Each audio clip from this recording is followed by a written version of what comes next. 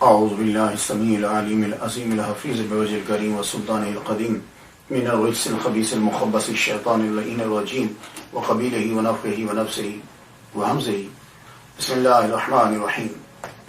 تمام نبیوں کے سردار حضرت محمد صلی اللہ علیہ وآلہ وسلم اور تمام مذاہب کے سردار دین اسلام کے پیروکاروں، سلام علیکم. آج کی گفتگو جو ہے وہ حضرت حسین ابن منصور حلاج رحمۃ اللہ علیہ پر ہے.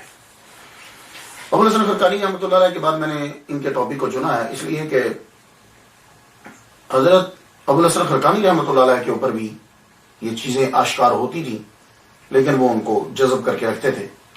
ان کے بھی بہت سارے جملے ہیں، ابو یزید بستامی رحمۃ اللہ علیہ کے بھی. تو اسی ان کی گفتگو جو ہے وہ تقریباً ملتی بعض اوقات، تو میں نے اس ٹاپک کو جو ہے وہ چن لیا. ابو مغیث ابو عبداللہ حسین بن منصور حلاج، نام ان کا حسین ہے اور مشہور ہوئے منصور حلاج اپنے ابا کے نام سے. یہ بڑی عجیب بات ہے نا، کہ یعنی آپ کا نام حسین ہے، والد گرامی کا نام منصور ہے، تو مشہور ہوئے حسین نہیں منصور حلاج. جب بھی کوئی بولتا ہے تو بولتا ہے منصور حلاج. اور یہ بڑی عجیب بات ہے کہ بیٹا اپنے باپ کے نام سے مشہور ہوا. بہت عجیب بات ہے. میں سمجھتا ہوں کہ اس کی ریزن کیا ہو سکتی ہے کہ ایسا بہت کم ہوتا ہے، بلکہ آپ یہ کہہ سکتے ہیں کہ ہوتا ہی نہیں ہے کہ بیٹا اپنے باپ کے نام سے مشہور ہو جائے. تو اہل تشیع کا اس دور کے اندر کافی اثر و رسوخ تھا. ہو سکتا ہے کہ اگر بیچ میں سے منصور نکال دیتے، کیونکہ اتنا لمبا نام تو کوئی نہیں بول سکتا، تو حسین کے ساتھ حلاج لگتا لاحقہ، تو شاید یہ بے ادبی سمجھتے کہ حسین حلاج، تو کہا کہ حلاج جو ہے وہ منصور کے ساتھ لگے. لیکن ایسا ہو نہیں سکتا. اور صرف حسین بلاتے تو لکھتے ہوئے سمجھ میں آتی شاید وہ حسین ہے، امام حسین ہے. تو اب انہوں نے یوں کیا کہ منصور حلاج کے نام سے مشہور کر دیا، ورنہ ایسا ہوتا نہیں ہے. ہوتا یہی ہے کہ اصلی نام لیا جاتا ہے اور آخری لاحقہ جو ہے وہ لے لیا جاتا ہے. تو حسین ابن منصور حلاج رحمۃ اللہ علیہ. آپ جو ہے حلاج جو ہے، حلاج کہتے ہیں کہ یہ جو روئی دھننے والے ہوتے ہیں، روئی دھننے والے، ان کو حلاج کہا جاتا ہے. اب کیا یہ واقعی ان کا بزنس یہ تھا یا سازش کی گئی؟ تو ان کا بزنس یہ نہیں تھا. تاریخ بغدادی کے اندر کیا کہتے ہیں کہ ایک مرتبہ جا رہے تھے کہیں، تو واسطہ شہر کا نام ہے، وہاں اپنے ایک دوست کے پاس پہنچے. اس کا کام یہ تھا، وہ روئی دھنتا تھا. اس کے پاس بیٹھ کے اسے کہنے لگے یار میرا ایک کام ہے، ذرا تم کر دو گے؟ کہنے لگا بھائی حسین میں تمہارا کام کیسے کروں؟ یہ مجھے روئی جو ہے یہ شام تک ساری کی ساری صاف کر کے بیج اس میں سے جدا کر کے مجھے دینا ہے. تو اگر میں تیرے کام کرنے پہ چلا گیا تو جانے اور آنے میں بڑا وقت لگے گا، تو میں یہی رہتا ہوں، میں نہیں جا سکتا. حسین ابن منصور حلاج رحمۃ اللہ علیہ کہنے لگے دیکھ تو وہ میرا کام کر کیونکہ تو ہی کر سکتا ہے، میں یہاں بیٹھ کر تیرا کام کرتا ہوں، یہ روئی مجھ پہ چھوڑ دے. کہنے لگا سچ؟ کہاں سچ؟ تو چل. تو روئی پوری دکان میں بھری پڑی تھی، پوری دکان روئی کی ہے، تو ظاہر ہے روئی ہی تھی ہر طرف، لیکن اس میں خاص کوانٹٹی جو ہے اسے صاف کر کے پہنچانا تھا ورنہ اجرت نہ ملتی. وہ آدمی جب کام کر کے واپس پلٹا تو کیا دیکھتا ہے کہ دکان کی جتنی روئی ہے وہ سب کی سب جو ہے وہ دھن چکے. بڑا حیران ہوا، کہنے لگا یہ کام تو 2 ماہ کا ہے، یہ تم نے تھوڑے سے وقت میں کیسے کر دیا؟ یہ بات اس نے عام کر دی تو مشہور ہو گیا یہ حلاج ہے. لیکن یہ نہیں ہے کہ یہ کام روئی کا کرتے تھے، یا آپ کہہ سکیں جسے جلاحہ کہہ لیں، نساج جسے کہتے نہیں، یہ کام ان کا نہیں. ان کو ویسے بدنام کرنے کے لیے نام لگا دی، لیکن ایسا کوئی بدنامی بھی یہ نہیں ہے، لیکن مشہور اسے کیا گیا. آپ کے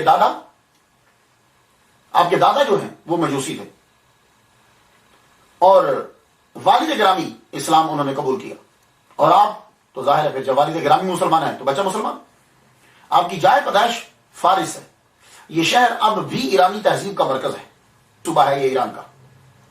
2006 کے اندر اس کی مردم شماری جو کی گئی اس کے مطابق 4.57 ملین لوگ جو ہیں وہ یہاں رہتے ہیں. تو منصور حسین ابن منصور حلاج رحمت اللہ علیہ خاندان ان کا غریب ہے، یہ بات یاد رکھیے گا. خاندان غریب ہے اور خاندان بھی چھوٹا ہے. آپ تستر میں آپ نے پرورش پائی. ولادت آپ کی 244 ہجری میں ہے، 857 عیسوی میں، اور وصال آپ کا 309 ہجری میں ہے. تو یوں کل ٹوٹل زندگی جو ہے ظاہر زندگی دنیا کے اندر حضرت حسین ابن منصور حلاج رحمت اللہ علیہ کی 65 سال ہے. اب اس کے بعد میں دیکھتا ہوں، یہ تو تھا ایک پس منظر آپ نے جان لیا، اور آپ سن کر حیران ہوئے ہوں گے کہ ہم ان کو منصور حلاج کہتے ہیں جبکہ یہ ان کا نام نہیں ہے. ان کا نام حسین ہے، بیٹے ہیں منصور کے کہ جن کو شہرت مل گئی اس نام سے کہ وہ حلاج ہے. بچپن میں 12 سال کی عمر میں قرآن مجید حفظ کر لیا آپ نے، قرآن مجید حفظ کیا. لیکن یہ ہے ایسی ایک چیز ملتی ہے کہ آپ کے خاندان کے اندر تصوف داخل ہو چکا تھا، اور سب سے پہلے آپ کی بڑی بہن جو ہے اللہ تعالیٰ نے اس کو بڑا اعلیٰ مرتبہ عطا فرما دیا تھا. اور یہ بہن کے اندر جو چیز ہے یہ یقیناً آپ کے ماں اور باپ دونوں، منصور ان کی زوجہ یعنی ان کے ماں باپ جو ہیں دونوں، مجھے یقین ہے کہ تصوف کی طرف راغب ہو چکے تھے. تبھی تو اولاد کے اندر یہ اثر آیا. قرآن مجید حفظ کرنے کے بعد سہل بن عبداللہ تستری رحمۃ اللہ علیہ سے علم حاصل کیا. 16 سال تک جو ہے، جب آپ کی 16 سال عمر جب تک ہے آپ یہیں پھر رہے. سہل بن عبداللہ تستری رحمۃ اللہ علیہ کے پاس علم حاصل کرنے کے بعد آپ پھر بغداد چلے. حسین ابن منصور حلاج رحمۃ اللہ علیہ جنید بغدادی رحمۃ اللہ علیہ کے جا کے دربار میں بیٹھے.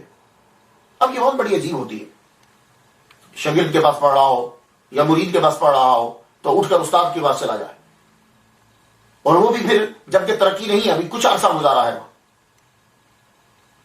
تو یہاں حضرت جنید بغدادی رحمۃ اللہ علیہ کے پاس 1 سال رہے. پھر آپ نے سیر و سیاحت کو اپنا لیا اور مشاہدہ اور تجربے کو استاد بنا لیا. یہ استاد ہوتا بڑا مشکل ہے. جب مشاہدہ اور تجربہ استاد بنانے لگے تو بڑی محنت کرنا پڑتی. لوگ یہاں یہ کہتے ہیں کہ ان کو بد دعا لگ گئی، ان کو پسند کوئی نہیں کرتا تھا. سہل بن عبداللہ تستری، حضرت جنید بغدادی اور ان کے سارے مریدین. وجہ یہ نہیں ہے، وجہ کچھ اور ہے، وجہ کچھ اور ہے. باقی ساری باتیں جو ہے وہ کھینچ کر الزامات کے اندر ٹھونس دی گئی ہیں، لیکن بات اصل میں کچھ اور تھی. بات کیا تھی؟ حضرت حسین ابن منصور حلاج رحمۃ اللہ علیہ، میں نے آپ کو بتایا کہ ان کی بڑی بہن جو تھی وہ بھی تصوف میں بڑا مقام رکھتی تھی. رات کے وقت جب وہ عبادت کے لیے اٹھتی تھی تو آسمان سے ایک زنجیر لٹکتی، اس کے اندر ایک پیالہ ہوتا، وہ پیالہ ان کے لبوں کو لگتا تو یہ سارا پیتی. حسین ابن منصور حلاج دیکھتے رہے. ایک دن جاگتے رہے کہ میں دیکھوں کہ ہوتا کیا ہے. وقت آیا، یوں زنجیر لٹکی، پیالہ اس کے ساتھ، جو ہی پینے لگے تو پیچھے سے آواز دی، اللہ کی قسم ہے تجھے بہن مجھے بھی کچھ دینا. تب ایک گھونٹ بچ گیا تھا. آپ نے پیالے کو روک لیا کہ یہ کون ہے اور یہ یہاں میرے پیچھے کیوں ہے یہ. تو آپ نے فرمایا، پھر کہا دیکھ بھائی تو اس کو برداشت نہیں کر پائے گا تو اسے مت پی، یہ مت لے کر، نہیں کچھ تو دے دو. تو وہ ایک گھونٹ جو ہے وہ حسین ابن منصور حلاج رحمۃ اللہ علیہ کو دے دیا گیا. یہ بات نقل کی ہے فتاوی رضویہ کے اندر، جلد اس کی 12ویں ہے، صفحہ اس کا 20واں. الشاہ الحضرت الشاہ احمد رضا خان بریلوی رحمۃ اللہ علیہ نے یہ بات نقل کی.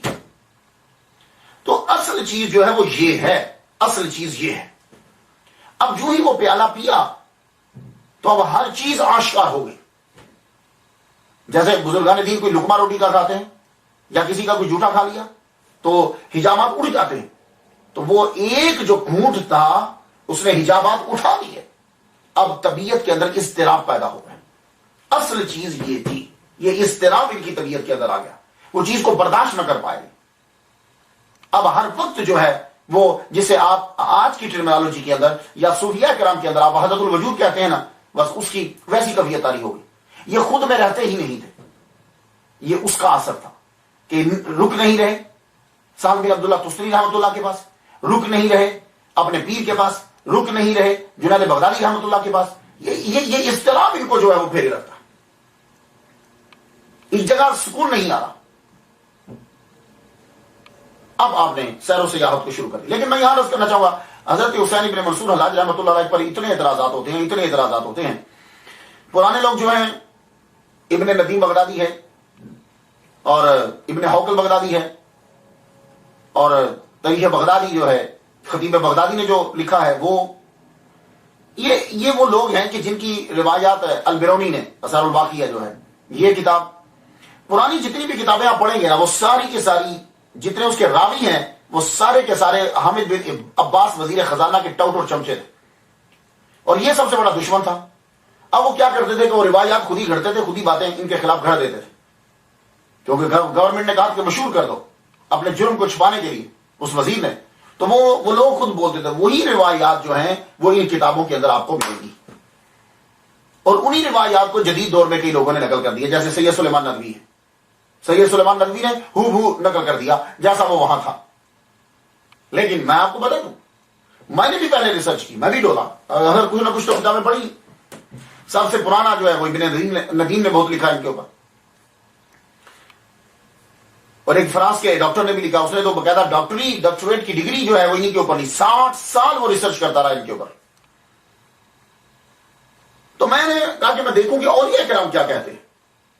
سب سے پہلے جو مجھے ولی کامل ملے ان کے بارے میں لفظ بولتے ہوئے شیخ ابو العباس ابن عطا رحمۃ اللہ علیہ.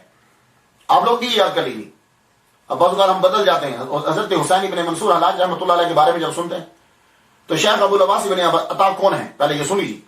اللہ نے ان کو 10 بیٹے عطا فرمائے، اپنے بیٹوں کے ساتھ جنگل میں جا رہے تھے، رستے میں ڈاکوؤں نے پکڑ لیا، پکڑ کے آپ کے بچوں کو قتل کرنا شروع کر دیا.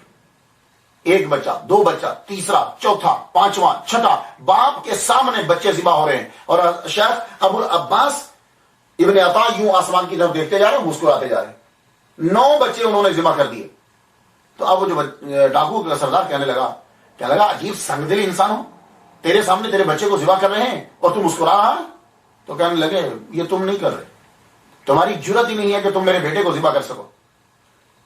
اوپر دیکھ کے مسکرائے، کہتے ہیں میں راضی ہوں. مسکرا پتہ کیوں نہ ہوں؟ میں راضی ہوں اس کی مرضی پہ، کاش وہ بھی راضی ہو جائے، کاش وہ بھی راضی ہو جائے، میں اس کی مرضی پہ راضی ہوں. یہ ہیں کہ 9 بچے ان کی نظروں کے سامنے جو ہے وہ ذبح کر دیے. تو یہ کیا کہتے ہیں؟ حضرت حسین ابن منصور حلاج رحمۃ اللہ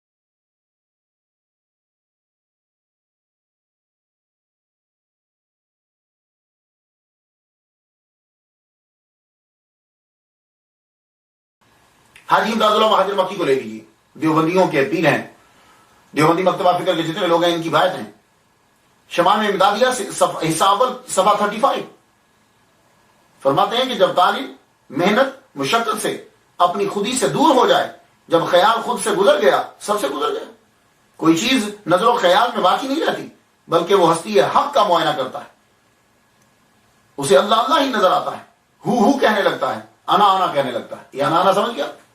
تو یہ وہ انہی کے بارے میں بول رہے ہیں۔ شیخ ابو سعید عبد الخیر فرماتے ہیں حسین بن منصور حلاج حال کی انتہائی بلندی پر ہے، اور ان کے زمانے میں ممالک شرقیہ اور غربیہ میں کوئی شخص ان کا مثل و عدیل نہ تھا۔ اللہ اکبر جل شانہ۔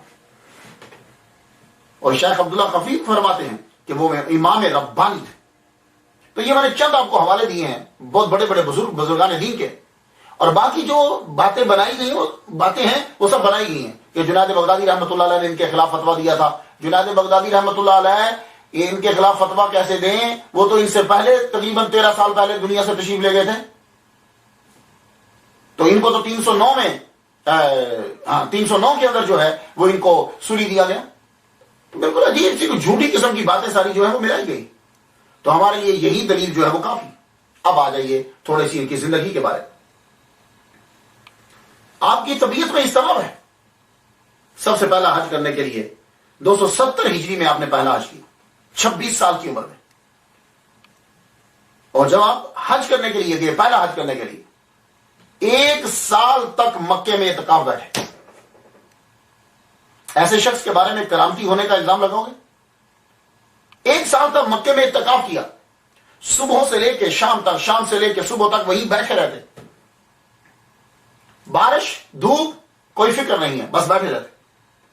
دن کو روزہ رکھتے، روزہ کھلنے کا وقت آتا تو کوزے میں پانی لایا جاتا، روٹی لائی جاتی، ایک لقمہ لیتے، کوئی تھوڑا سا پانی پیتے، اس کے بعد ختم، پھر اعتکاف۔ 1 سال تک کعبے کے گرد مجاور بن کر بیٹھے تھے، جذب کی فل کیفیت۔ پہلے حج کے بعد کہتے ہیں کہ آپ نے عمر بن عثمان مکی رحمت اللہ علیہ، عمر بن عثمان مکی رحمت اللہ علیہ، ان کی جو ہے وہ بیعت کی پہلے حج کے بعد۔ پھر آپ نے دوسرا حج کیا 291 ہجری کے اندر، اور جب 291 ہجری میں آپ حج کر رہے ہیں دوسرا، تو تب آپ کے مریدین کی تعداد بڑھ چکی ہے، تب آپ کی شہرت ہو چکی، تعداد جو ہے وہ زیادہ ہو چکی۔ 291 دوسرا حج کرنے کے بعد پھر آپ نے جو ہے وہ سفر ہندوستان کا جو ہے، اس میں آپ سے کرامات کا صدور ہوتا ہے، بہت سی کرامتیں صادر، حالانکہ آپ بچنا چاہتے ہیں لیکن لوگ عادت تقاضا کرتے ہیں آپ سے، اور جب وہ تقاضا کرتے ہیں تو ان کی مصیبت اور مشکل کو دیکھتے ہوئے آپ سے کرامات کا جو ہے وہ صدور ہو جاتا ہے، کرامتیں صادر ہوتی ہیں، اور اس کے بدلے میں لوگ پھر آپ کو کیا کہتے ہیں کہ یہ جادوگر اور ساحر۔ یہ بھی ایک آپ کے اوپر بہت بڑا الزام تھا۔ کہتے ہیں کہ ایک مرتبہ کچھ فاقہ کش لوگ آپ کے پاس آئے اور آپ کے کہنے لگے شیخ ہماری مدد کرو۔ آپ نے فرمایا میں تم سے زیادہ مفلوق الحال ہوں، میں خود غریب ہوں، میں تمہاری مدد کیا کروں؟ نہیں شیخ ہماری ضرور مدد کرو۔ آپ نے فرمایا کہ یوں چلے جاؤ مگر وہ وزید رہے، تو آپ نے پھر آسمان کی طرف منہ کیا، آسمان کی طرف منہ کر کے کہنے لگے اللہ جب آپ نے اپنے بندوں کو میری طرف متوجہ کیا ہے تو پھر خود ہی ان کی ضرورت کا سامان فراہم کیجیے۔ ان پر الزام ہے خدائی کے دعوے کا، اور یہ کہہ جا رہے ہیں اے اللہ جب تو نے بندے بھیجے ہیں تو پھر ان کی ضرورت بھی کا سامان بھی فراہم کیجیے۔ یوں آپ نے ہاتھ آسمان کی طرف بلند کیا، تو ہاتھ نیچے کیا تو اس کے اندر درہم، یوں چھاڑا تو درہم ہی درہم۔ آپ نے ان کو کہا جاؤ اپنی ضرورت کو جو ہے وہ پوری کرو۔ اس سے کرامت بھی ظاہر ہوتی ہے، اور یہ بھی ظاہر ہوتا ہے کہ آپ اللہ پر ایمان رکھتے ہیں، تبھی تو کہہ رہے ہیں اللہ جب تو نے اپنے بندے بھیجے ہیں تو پھر خود ہی ان کی ضرورت کا سامان بھی فراہم کر۔ تو اسے عرض کر رہے ہیں۔ اور ایک مرتبہ آپ اعتکاف جو ہے وہ بیٹھ جایا کرتے تھے، کمرے کے اندر آپ بیٹھتے، مراقبے میں چلے میں بیٹھ جاتے، دربان آپ کے باہر بیٹھے رہتے، دروازہ بند ہے، دربان باہر ہے، آپ کمرے سے غائب، پتا کیسے چلا؟ کمرے سے غائب ہے کہ آپ سارے مریدین نے یہ دیکھا کہ آپ شیر کے اوپر بیٹھے ہوئے خانقاہ کی طرف آ رہے ہیں. مریدین پریشان ہو گئے کہ دروازے کے اوپر بندے کھڑے ہیں، غلام کے کسی وقت بھی جو ہے وہ بلائیں گے، وہ دروازے پہ کھڑے ہیں، تو یہ نکلے کیسے؟ اور پھر آ رہے ہیں تو شیر پہ بیٹھ کر آ رہے ہیں. اللہ اکبر جل شان. تو قریب آ کر کہنے لگے ڈرو مت، ایک سفر درپیش تھا، اللہ نے اس کی ڈیوٹی لگا دی. اس کائنات میں جو کچھ ہے موجود ہے وہ سب اللہ کی ملکیت، اور اسی کے فضل و کرم سے ان تمام چیزوں پر اس کے بندوں کا حق ہے. یہ جو میں آہستہ سے بہت سمجھ جاؤ. اب اس سے کرامت ظاہر ہوتی ہے، اور کرامت کے ساتھ یہ بھی ظاہر ہوا کہ توحید پر آپ کا ایمان ہے، اور آپ یہ کہہ رہے ہیں کہ ہر چیز اللہ کی ملکیت میں ہے، لیکن وہ اپنا فضل کرتا ہے تو یہ چیزیں کسی بندے کے اندر کر دیتا ہے. تستر میں آپ نے قیام فرمایا، کرامات آپ کی ظاہر ہوئی، بہت شہرت ملی، لیکن آپ کی کرامات کو جادو کے زمرے میں ڈال دیا گیا. کہنے لگے یہ شعبدہ باز تھا، یہ جادوگر تھا. تو اگر یہ جادوگر اور شعبدہ باز ہیں تو پھر تو ساری کرامتوں کے آگے یہ لکھ دینا پڑے گا کہ جو کسی اگر بزرگ کا دشمن ہے تو وہ آگے لکھ دے کہ یہ جادو ہے، شعبدہ باز ہے. تو یہ جملہ کوئی نیا نہیں ہے، یہ محمد صلی اللہ علیہ وآلہ وسلم کے لیے بھی کہا گیا تھا کہ یہ جادوگر ہے، اور یہ جملہ حضرت موسیٰ علیہ السلام کے لیے بھی کہا گیا کہ وہ جادوگر ہے. اگر حضرت حسین بن منصور حلاج کے لیے کہہ دیا گیا تو کوئی نئی بات نہیں ہے. تستر کے اندر آپ جا رہے ہیں، آپ کے سر کے اوپر ہاتھ مار دیا شخص نے. آپ یوں بازار میں مجمع میں جا رہے ہیں، اس نے ہاتھ اٹھایا اور آپ کے سر کے اوپر یوں ہاتھ مارا. آپ نے مڑ کے کہا، مڑ کے دیکھا آپ نے، فرمان لگے یہ اچھا تو نہیں کیا تو نے. اسے مذاق سنی. آپ نے فرمایا اب تو نے ایسا کیا تو میں تجھے سزا دوں گا. کہنے لگا اچھا. جو ہی اس نے ہاتھ اٹھایا آپ کو دوبارہ مارنے کے لیے، ہاتھ وہی سو گیا، وہی اکڑ گیا، خون رک گیا، اور ہاتھ جو ہے وہ سوکھ کے کانٹا ہو گیا. آپ کی طبیعت میں اس طرح تھا جو آپ کو ایک جگہ رکنے نہیں دیتا. اب اگر آپ چاہتے تو تستر میں اپنی طاقت بنا لیتے، مریدین تھے آپ کے، افرادی قوت بناتے، بصرہ میں بنا لیتے، لیکن نہیں، وہ اس طرح جو ہے وہ ایک جگہ رکنے نہیں دیتا آپ کو. پھر ایک روز آپ تستر سے روانہ ہوئے اور 5 سال تک خراساں میں رہے، سجستان، کرمان پھرتے ہوئے فارس میں رکے جاتے. فارس میں لوگ آپ کو عبداللہ زاہد کے نام سے پکارنے لگے. فارس سے حواس چلے گئے، وہاں لوگوں کو تبلیغ کرنے لگے، بے پناہ مقبولیت ہوئی. لوگ ان کو حلاج الاسرار کہنے لگے، کیونکہ آپ محفل میں جو آتا توجہ فرماتے اس کا سب کچھ بتا دیتے. پھر ایک دن اس مقبولیت کو بھی چھوڑ کر نکل گئے. تستر، بصرہ، فارس، خراسان، کسی شہر میں رکتے نہیں. شہرت ہوتی ہے، لوگ گر جمع ہوتے ہیں لیکن رکتے نہیں، وہاں سے پھر چل پڑتے. اب اس مقبولیت کو بھی چھوڑا اور شوق یہ اٹھا چلیے کفرستان میں تبلیغ کرنے کے لیے چلتے. اب وہاں سے ہندوستان کی طرف بڑھے تو آپ کے شہر سے لوگ آیا کرتے تھے، اہواز سے تستر کا کپڑا کشمیر لاتے، اور اس کے بدلے میں بہترین چینی کاغذ جو ہے، یہ چائنا کا بنا ہوا کاغذ جو ہے وہ لے کر جاتے. تو آپ اسی قافلے کے ساتھ، یہ قافلے والے رستے کو جانتے تھے، تو آپ تستر سے پھر یہاں ہندوستان کی جانب آئے. کہتے ہیں کہ ملتان میں بھی آئے، کہتے ہیں کہ ہندوستان کے شہر میں ہے، کشمیر میں پہنچے، وہاں سے چائنا کی طرف آپ چلے، وہاں بھی رکے، وہاں بھی تبلیغ کی. تو آپ نے دوسروں کے مذاہب کے بارے میں جانا، اور جہاں جہاں آپ کا قافلہ رکتا تھا وہاں آپ تبلیغ کرتے تھے. کئی لوگوں کو آپ نے ہندوستان میں بھی مسلمان کیا. ہندوستان کے لوگوں نے آپ کو مغیث کا لقب دیا، چین کے لوگوں نے آپ کو مقیت کہا، روزی دینے والا. خراسان کے لوگ ممیز کہتے تھے، فارس کے لوگ ابو عبداللہ زاہد کے نام سے پکارتے تھے، اور مسلمان یہ جادوگر کہتے تھے اور کافر پکارتے تھے. فرق دیکھا آپ نے؟ تو مسلمان جادوگر کہتے تھے. اور آپ نے اپنے سفر کے دوران بہت سی کتابیں بھی لکھی، جو آپ دیکھتے واردات قلبی جو آپ پہ ظہور ہوتا وہ کتابوں کی شکل میں آتا جاتا. آپ نے 46 کتابیں لکھی ہیں، 46 بکس ریڈن بائی ہم. 46 کتابیں جو ہیں وہ آپ نے لکھی، اور تمام کی تمام عربی زبان کے اندر لکھی. ہاں تو کچھ لوگ کہتے ہیں کہ ایک آپ کا دیوان ہے جو فارسی زبان کے اندر ہے، فارسی میں نہیں ہے، وہ عربی میں، دیوان بھی عربی میں ہے، وہ فارسی کا دیوان کسی اور کا ہے، نام ان کا بھی حسین ہے. 46 کتابیں لکھی. اور ان کتابوں کے نام پڑھیے، کچھ میں بتاتا ہوں. کتاب تفسیر قل هو الله احد، کتاب توحید، کتاب العدل و توحید، کتاب قید الشیطان و امر سلطان، کتاب مدح نبی صلی اللہ علیہ وآلہ وسلم، اور سب سے زیادہ مشہور کتاب جو ہے وہ تواسین ہے، جو آپ نے آخر میں لکھی ہے، جو آخر میں لکھی. یعنی جب آپ کو 301 سے 309 تک آپ کو قید رکھا گیا ہے زندان کے اندر، اس قید خانے میں آپ نے کچھ کتابیں لکھی اور آخری کتاب آپ کی تواسین ہے. تو اس لیے اگر آپ جاننا چاہو کہ آپ کا عقیدہ کیا ہے اللہ کے بارے میں، عقیدہ کیا ہے حضور کے بارے میں، عقیدہ کیا ہے صحابہ کے بارے میں، تو آپ تواسین پڑھیے، آپ پر بالکل واضح ہو جائے گا کہ یہ آدمی موحد ہے کہ نہیں. کیوں؟ حضور صلی اللہ علیہ وآلہ وسلم نے فرمایا انما الاعمال بالخواتین، اعمال کا دار و مدار خاتمے پر ہے. اگر آپ پچھلی زندگی پر اعتراض کرتے بھی ہیں تو پھر بھی آپ ان کی آخری زندگی اور آخر کے کلمات تواسین جو ہے وہ پڑھ لیجیے، وہ بالکل واضح کر دیں گے کہ اللہ کے بارے میں آپ کا نظریہ کیا ہے. 293 ہجری میں سیاحت سے واپس آئے، تیسرا حج کیا.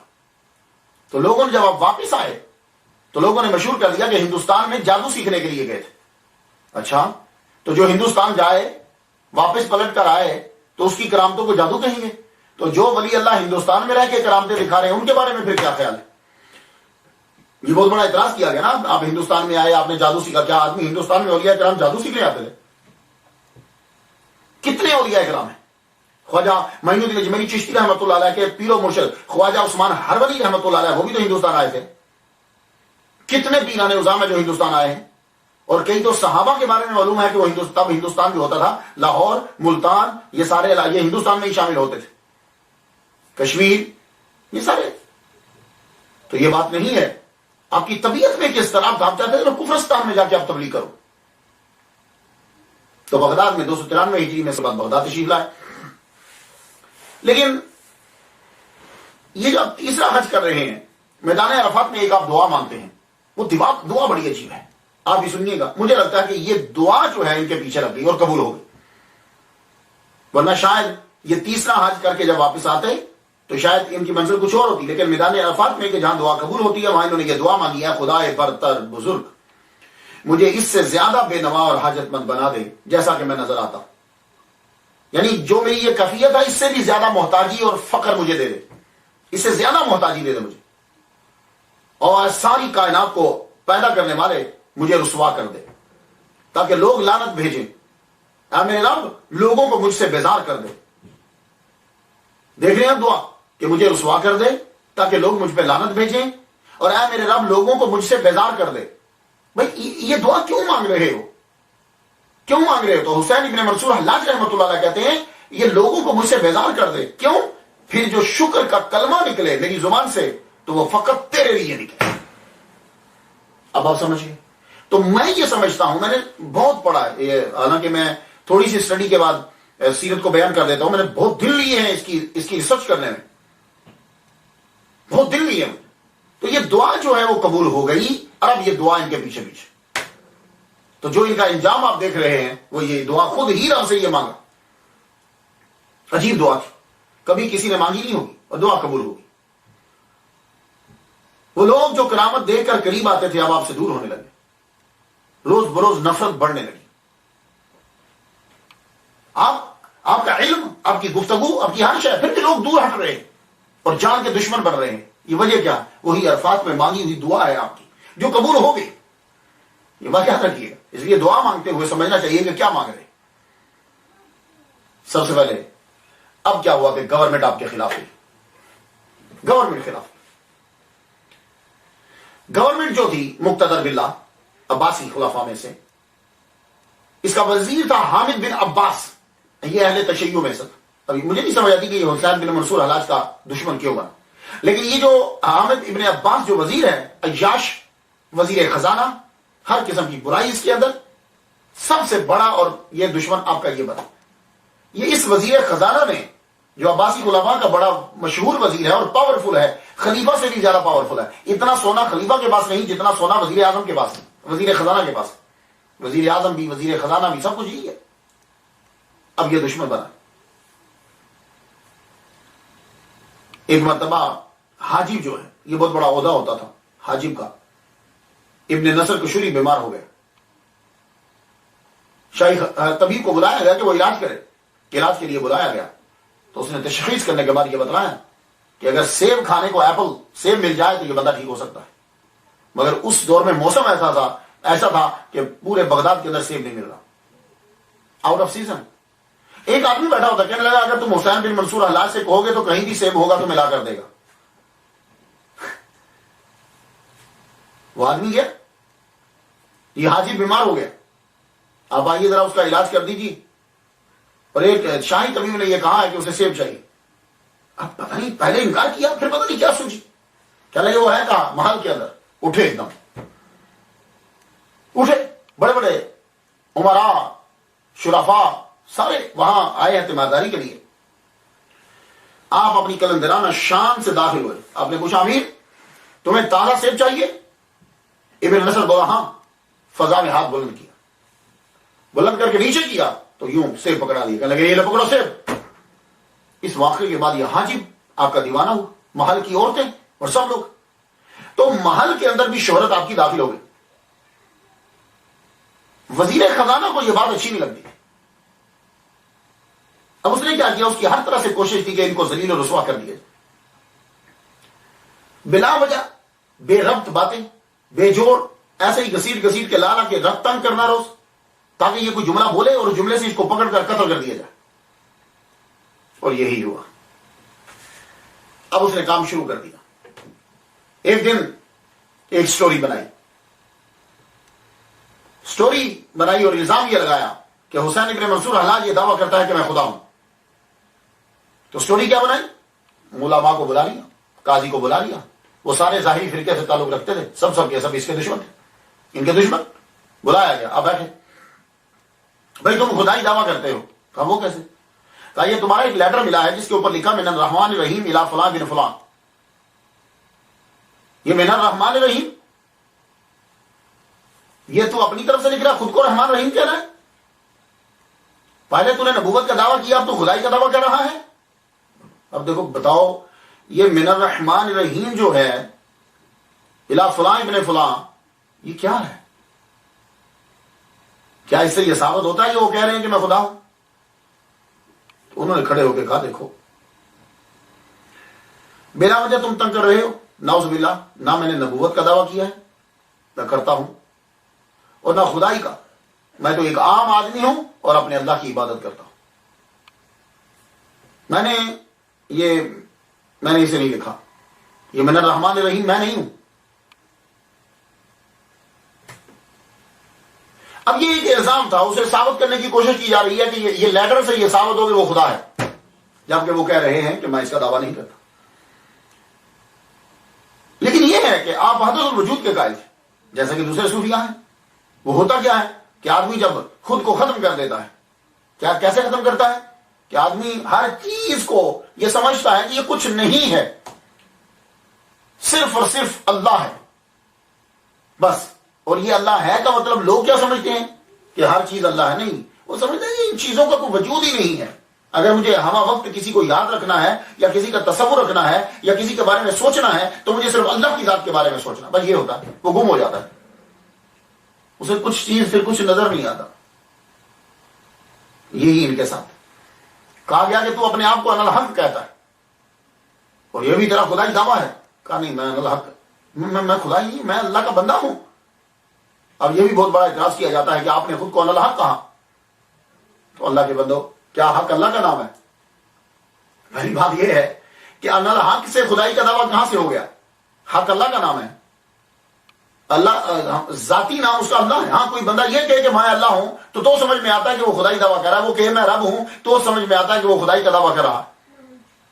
وہ کہہ رہے ہیں حق ہے، تو آج کل ایک ٹی وی چینل ہے اس کا نام حق ہے، تو کیا کہیں گے؟ میرے ایک دوست ہیں وہ پاکستان گئے ہوئے، میں نے ان سے پوچھا بھائی آپ کا نام کیا ہے؟ کہنے لگے میں حق ہوں، لو تو اب وہ کافر ہو گئے۔ بس اصل میں بات یہ تھی کہ حامد بن عباس یہ چاہتا تھا کہ ہر بات کو کسی نہ کسی طرح ایسی جگہ پہ موڑ پہ لے جاؤ کہ جس سے اس شخص کا قتل ثابت ہو جائے اور میں اس شخص کو قتل کروں، اور دعا وہی عرفات کی پیچھے لگی ہوئی ہے، اور یہ شخص آپ کو قتل کر دینا چاہتا ہے۔ 297 ہجری میں پہلی دفعہ کہتے ہیں کہ آپ کو گرفتار کیا گیا، 298 ہجری میں چھوڑ دیا گیا، 301 ہجری میں آپ کو پھر گرفتار کر لیا گیا۔ وہ خود ہی یہ الزام بناتا جھوٹے گواہ بھی خود ہی لاتا اور پھر زندہ میں ڈال دیا جاتا، اور یوں کرتا روز بلا لیتا دربار میں، علماء کو بھی قاضیوں کو بھی بٹھا لیتا، اور حضرت حسین بن منصور حلاج رحمۃ اللہ سے سوالات شروع ہو جاتے۔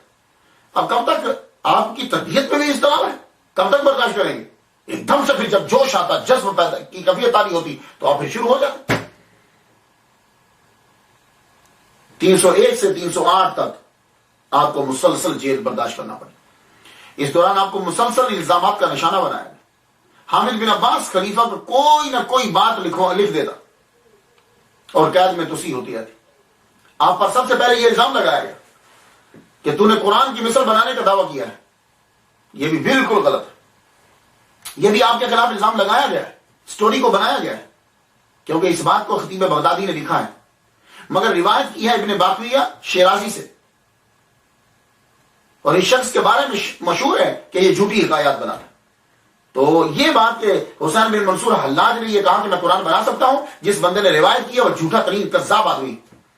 اب اس کو چاہے خطیب بغدادی بیان کرے، چاہے سید سلیمان ندوی بیان کرے، جب راوی ہی روایت کرنے والا ہی جھوٹا شخص ہے تو آگے جو مرضی اس کو لکھ دے۔ دوسرا یہ تھا کہ آپ نے جادو سیکھا ہے، آپ جادوگر ہیں، شعبدہ باز ہیں، تو میں وہ پہلے کہہ چکا ہوں کہ تو پھر تو ہر ولی کے بارے میں یہ کہنا پڑے گا کہ ہر ولی جو ہے اس کی کرامت جو ہے کوئی دشمن بھی اٹھ کے کہہ سکتا ہے کہ یہ جادو ہے، یہ شعبدہ بازی۔ لیکن جادو اور شعبدہ بازی، اس کا بہترین اور خوبصورت جواب جو ہے وہ شیخ اشرف علی تھانوی صاحب نے دیا، وہ بہت خوبصورت جواب دیا۔ آپ فرماتے ہیں دیکھو، ان کے اوپر یہ الزام لگانا کہ وہ جادوگر تھے یہ سراسر غلط ہے۔ اس سے معلوم یہ ہوا کہ اشرف علی تھانوی حضرت شیخ حسین بن منصور حلاج رحمۃ اللہ علیہ کی طرفداری کر گئے، انہوں نے صحیح مان لیا کہ وہ جادوگر نہیں تھے۔ کیوں؟ جادوگر جو ہوتا ہے وہ گندا رہتا ہے، جادوگر جو شخص ہوتا ہے وہ پلیت رہتا ہے، جادوگر جو ہوتا ہے اس کے اندر وہ حسن معاشرت سے دور بھاگتا ہے، صفائی اس کے اندر نہیں ہوتی، تو اور عبادت بھی نہیں کرتا۔ یہ بات یاد رکھیے، جادوگر جتنا پلیت رہے گا اتنا جادو کا اثر زیادہ ہوتا ہے۔ تو شیخ حسین ابن منصور حلاج رحمۃ اللہ علیہ ان کے اندر صفائی تھی، حسن معاشرت ہے، اور تبلیغ ان کی مشہور ہے، وہ جادوگر نہیں۔ بہت خوبصورت جواب ہے۔ اور پھر یہ کہا گیا کہ آپ کرامتی فرقہ کو پیروکار تھی، ان کے مذہب کو پھیلانا چاہتے تھے، سراسر غلط ہے۔ کرامتی جو ہے وہ کعبہ کی عزت نہیں کرتے، کرامتی فرقہ جو ہے، اور یہ 1 سال تک کعبہ کا طواف کرتے رہے۔ کرامتیوں نے جا کر کیا کیا تھا کہ وہاں سے حجر اسود اٹھا لیا تھا، کئی حاجیوں کو طواف کے دوران قتل کر دیا، اور زمزم کے کنویں کو بھر دیا حاجیوں کے قتل سے، اور یہ وہاں یہ 3 مرتبہ حج کر کے آئے ہیں۔ تو اس لیے یہ الزام بھی سراسر غلط ہے۔ تو جتنے بھی لوگ ہیں، سید سلیمان ندوی، ابن ندیم بغدادی، خطیب بغدادی، پہلے اور بعد والے، سب کوئی وجود نہیں ہے ان کے اعتراضات، کچھ نہیں۔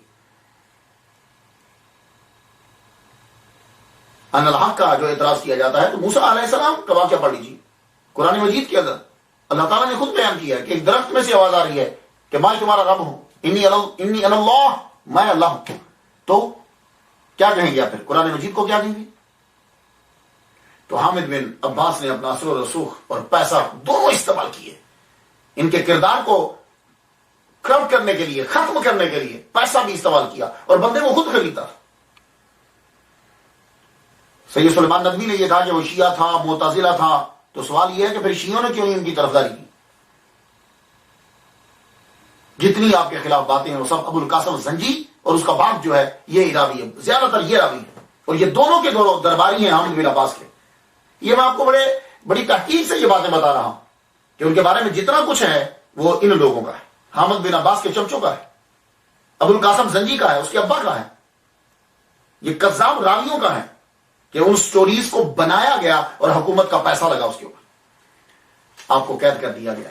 ایک دن 13 بیڑیاں آپ کے پاؤں کے اندر پہنا دی گئی، یعنی اتنے سنگین آپ کو سمجھا گیا کہ یہ مجرم ہے اور آپ قید میں ہیں۔ نہ جانے ایک دن کیا خیال آیا، تالا لگا ہوا ہے، زنجیریں، بیڑیاں پہنی ہوئی ہیں، 64 سال 65 سال عمر، بیڑیوں سمیت، یوں دروازے کا تالا توڑا بھی نہیں، دروازے میں سے نکل گئے، اور زندان کے قید خانے کے اس گوشے میں چلے گئے جہاں 300 بے گناہ قیدی پکڑ کے لائے گئے تھے، جا کر ان کے سامنے کھڑے ہو گئے۔ تم آزاد ہونا چاہتے ہو؟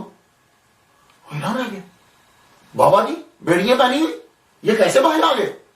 تم آزاد ہونا چاہتے ہو تو کیا لگے تو تم خود آزاد ہو جاؤ نا، تمہارے یہاں بھی تو بیڑی ہیں۔ بات ان کی بڑی سچی تھی، بات تو سچی تھی۔ کہا کہ تم خود آزاد ہو جاؤ۔ کہا نہیں، ہم آزاد نہیں ہو سکتے، ہم خدا کی قید میں۔ تم اس بات کو چھوڑو، نکلنا چاہتے ہو؟ کہاں؟ کہا یہ بیڑیاں ہیں، یہ تالا ہے، راستہ کوئی نہیں ہے۔ کہا چھوڑو، اشارہ کیا، سب کی بیڑیاں ایک دم سے کھل گئی، تالا کھلا، سمجھ لگے باہر آؤ۔ کہا جی آپ ادھر سے جاتے ہیں تو محافظ کھڑے ہیں۔ کہا چھوڑو، یوں اشارہ کیا، دیوار کو شک کیا، کہا اس سوراخ میں سے آہستہ آہستہ کر کے باری باری نکلتے جاؤ۔ رات کو 300 آدمی زندان سے بھگا دیا۔ صبح محافظ آیا، پوچھ رہا تھا بندے کہاں گے کہاں گے کہاں گے؟ وہ دوسروں سے پوچھ رہا، آپ نے فرمایا مجھ سے پوچھو، میں نے رات کو بھگایا، میں نے ان کو فرار کروایا۔ اللہ اکبر جل شانہ۔ 301 ہجری میں جو گرفتار کیا گیا تھا، الزام تھا کہ خدائی کا دعویٰ کرتا ہے، اس کا الزام لگانے والا بھی ابو بکر سوری، یہ بھی ایک درباری شاعر ہے اور ادیب ہے۔ یہ الزامات لگتے رہتے ہیں، اور جب احمد بن عباس کو کوئی ٹھوس ثبوت نہیں ملا کہ جس کی بنا پہ قتل کیا جائے، تو آخر اس نے پھر ایک اور سٹوری بنائی، اور یہ سٹوری اتنی پاورفل اور زبردست تھی، 84 علماء کو بلایا گیا، قاضیوں کو ذات ابو عمر کو بھی بلا لیا گیا، وہ بھی آیا، سب کے سب لوگ جو ہے وہ بیٹھ گئے، اور آج یہ مکمل ارادہ تھا کہ ان کو کافر جو ہے وہ ثابت کر دیا جائے۔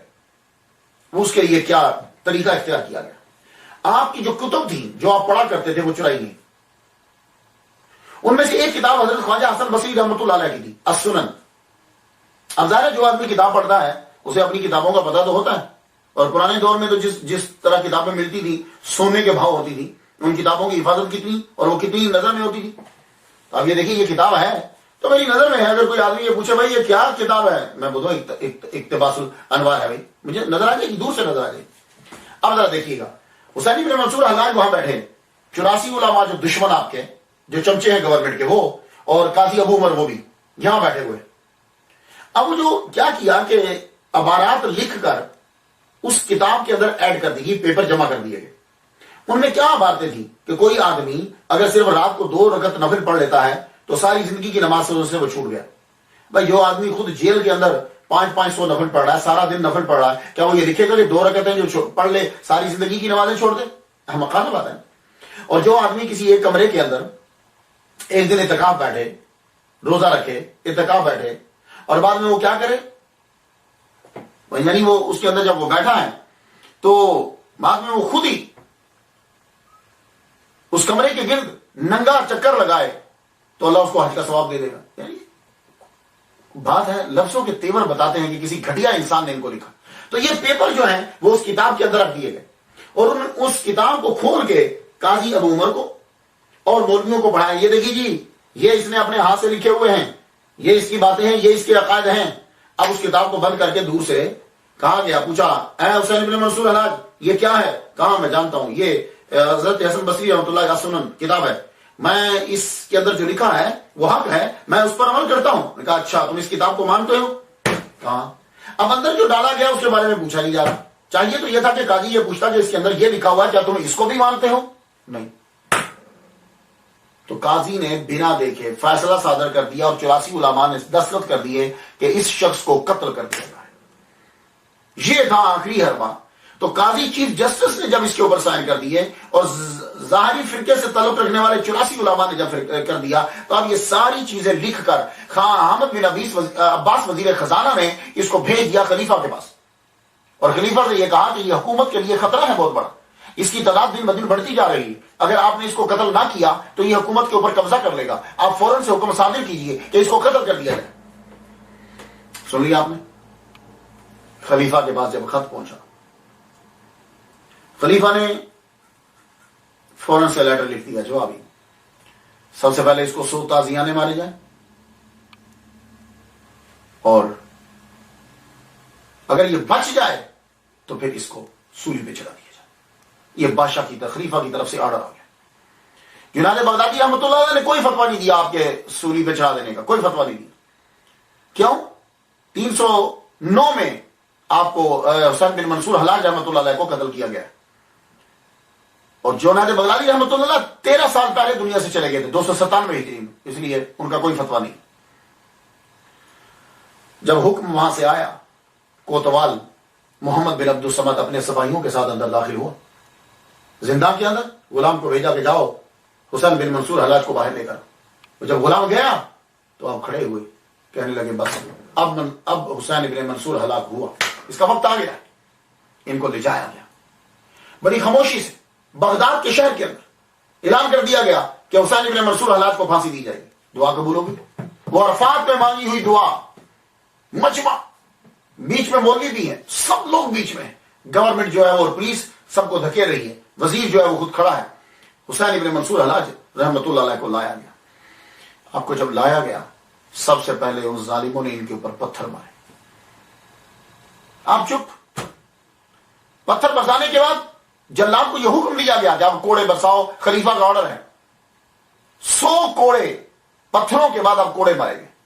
آپ ذرا خود سوچو، 65 سال کی عمر ہے، زنجیر ہیں، پابا زنجیر ہیں، اور آپ کو جب کوڑے مارے گئے، اور وہ کوڑے عام کوڑے نہیں ہیں، وہ پوری طاقت کے ساتھ حامد ابن عباس کا چمچہ پوری طاقت کے ساتھ مارتا تھا کوڑا۔ وہ کوڑے جب مارتا، 1 2 نہیں، 10 20 نہیں، 100 کوڑے مکمل کھایا، اور مجال ہے کہ اف تک بھی کی ہو، روئے ہوں، چیخے ہوں، بس منہ سے ایک ہی لفظ نکلتا، احد احد، اللہ ایک ہے، اللہ ایک ہے، اللہ ایک ہے۔ اور یہی جملے، یہی لفظ جو ہے حضرت بلال حبشی رضی اللہ تعالیٰ عنہ کے منہ سے نکلتے تھے جب آپ کو مارا بجاتا تھا، احد احد احد، اللہ ایک ہے، اللہ ایک ہے، اللہ ایک ہے۔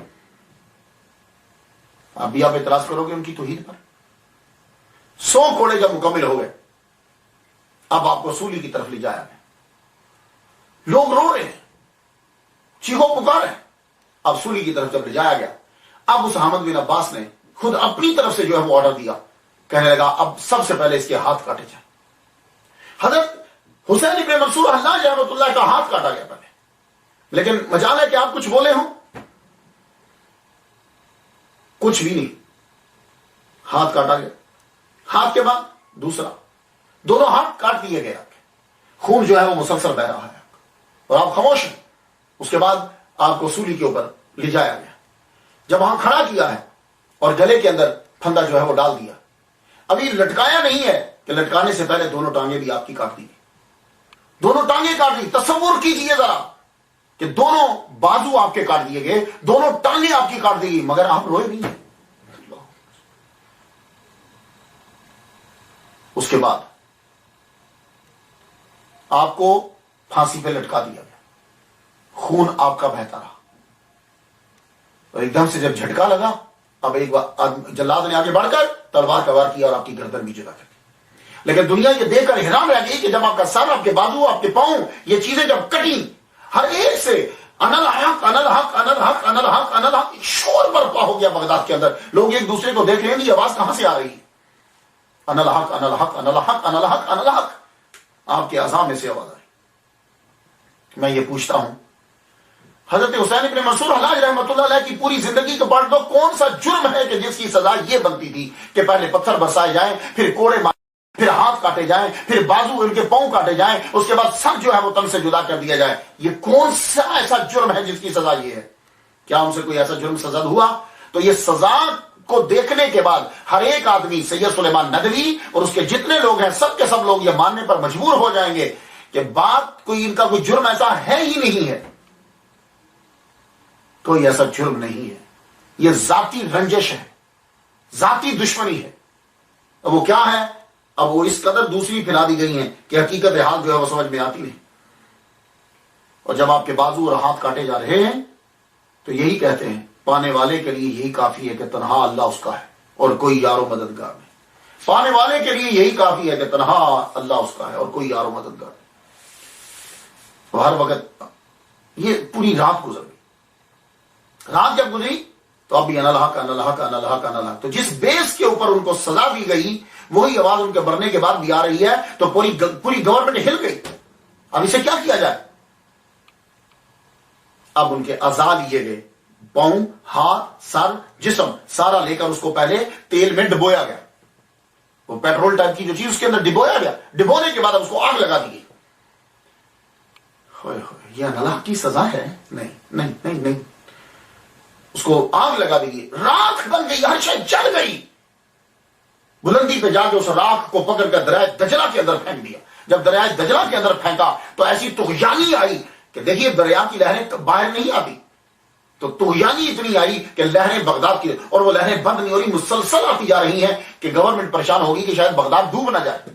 تو ایک دم سے آپ کے ایک مرید آگے بڑھے، حمد بن عباس سے کہنے لگے یہ اس وقت تک دریائے دجلہ سے نکلتی رہیں گی لہریں جب تک کہ بغداد پورا ڈوب نہ جائے، یہ میرے شیخ کو سزا دینے کا نتیجہ اور تمہاری سزا ہے. تو کیا پھر اب کیا کیا جائے؟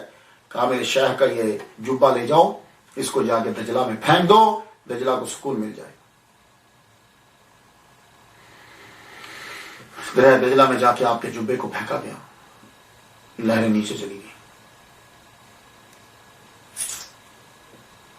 اب کی راکھ ایک جگہ اکٹھی ہو گئی، اس راکھ کو لے کر پھر آپ کا روزہ جو ہے وہ بنا دیا گیا، قبر بنائی گئی. لیکن ایک جگہ میں پڑھتا ہوں کہ خلیفہ کی جو ماں ہے اس نے آپ کے سر کو 1 سال تک خزانے میں رکھا. سر آپ کا بچ گیا، باقی دھڑ کو آگ لگا دی، سر بچا، اس کو اپنے خزانے میں رکھا. اور بعد میں کہتے ہیں کہ جہاں آپ کی قبر ہے وہاں جو ہے وہ دفنا دیا گیا، بعض کہتے ہیں کسی اور جگہ کے اوپر. تو خواتین و حضرات، یہ تھے حضرت حسین بن منصور حلاج رحمۃ اللہ علیہ. آپ ان کی تواسین کتاب ضرور پڑھیے، اس میں آپ کو پتہ چل جائے گا کہ یہ توحید کے بارے میں عقیدہ کیا رکھتے ہیں، اور صحابہ کرام کے بارے میں. صحابہ کو آپ مانتے ہیں، اللہ کو مانتے ہیں، رسول کو مانتے ہیں، باقی آپ کا عقیدہ آپ فنا فکنا ہے. وحدت الوجود کا جو عقیدہ تھا وہی آپ کا ہے. وہ یہ کیا ہے؟ وہ تب وحدت الوجود کا نظریہ زبردست تھا کہ ہر وقت اللہ کو یاد کرنا ہے اور کوئی چیز سامنے. لیکن اللہ تعالیٰ نے ان لوگوں کو کہ جنہوں نے حضرت حسین بن منصور حلاج رحمۃ اللہ علیہ کو شہید کیا تھا، اللہ تعالیٰ نے ان کو بڑی بھیانک سزا دی. یہ حامد بن عباس وزیر جو تھا، وزیر خزانہ، عیاش اور شرابی آدمی تھا. سب سے زیادہ خلیفہ سے بھی زیادہ سونا اس کے پاس تھا. اس کو سزا دی گئی، اس کے ہاتھ پاؤں اس کے بھی کاٹ دیے گئے. اور یہ تڑپ رہا تھا، جب جنگ ہوئی تو یہ تڑپ رہا تھا، ہاتھ پاؤں کٹے ہوئے ہیں. ایک آدمی قریب آیا، کہنے لگا تیری سزا تو یہ ہے کہ تو اسی طرح جان دے دے، لیکن میں تم پر احسان کرتا ہوں. آگے بڑھ کر اس کی گردن کاٹ دی. اس کی یہ نتیجہ ہے. اور خلیفہ جس نے آرڈر دیا تھا 320 ہجری میں مونس نے موصل پر حملہ کیا، قبضہ کر لیا. اب بغداد پہ وہ حملہ کرنے لگا تو خلیفہ کی اور اس کے درمیان جنگ ہوئی. خلیفہ بھاگ گیا. جب بھاگا تو ایک بربری فوجی نے اسے پکڑ لیا. پکڑنے کے بعد اس کے کپڑے اتار دیے، برہنہ کر دیا، اور پھر سر قلم کر دیا اور سر کو نیزے پہ چڑھا کے مونس کے دربار میں پیش کیا. یہ خلیفہ کو سزا ملی، اور اس کے علاوہ باقی لوگوں کو بھی اسی طرح کی سزائیں ملی. اللہ تعالیٰ سے دعا کرتے ہیں کہ اللہ تعالیٰ ان کو سکون عطا فرمائے. بہت خوبصورت لکھا ہے، میں نام لینا جن سے میں بڑا متاثر ہوا، آصف خان صاحب، اللہ کے ولی، ان کی کتاب ہے، بہت خوبصورت ان کے بارے میں لکھا ہے. آپ مزید جاننا چاہو تو ان کے بارے میں پڑھیے گا. میں تو فاتحہ پڑھ چکا ہوں، لیکن آپ لوگوں سے ہے کہ آپ بھی ضرور فاتحہ پڑھیے. اس کے بعد اگلی جو گفتگو ہم کریں گے وہ شیخ بہاؤالدین نقشبند رحمۃ اللہ علیہ پر. آپ کو کہیں گے کہ اتنی دور تم کیسے نکل گئے بہاؤالدین نقشبند پہ؟ وجہ یہ ہے کہ انہوں نے یہ کہا کہ جو چیزیں حسین بن منصور حلاج پہ وارد ہوتی تھی وہ مجھ پر بھی وارد ہوتی. اس حال سے میں بھی گزر رہا ہوں، لیکن وہ کنٹرول نہ کر پائے، میں ان کو جذب کر رہا ہوں. انشاءاللہ گفتگو اگلی کریں گے. اجازت دیجیے. وآخر دعوانا الحمدللہ رب العالمین.